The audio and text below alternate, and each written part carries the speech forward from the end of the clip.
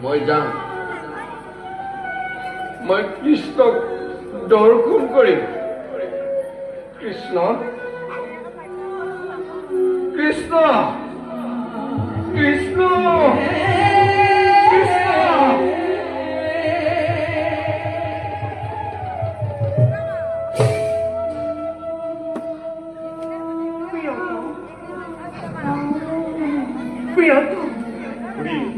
আপোনাৰ প্ৰিয়তৰ বাবে মই আপোনাক ধন্যবাদ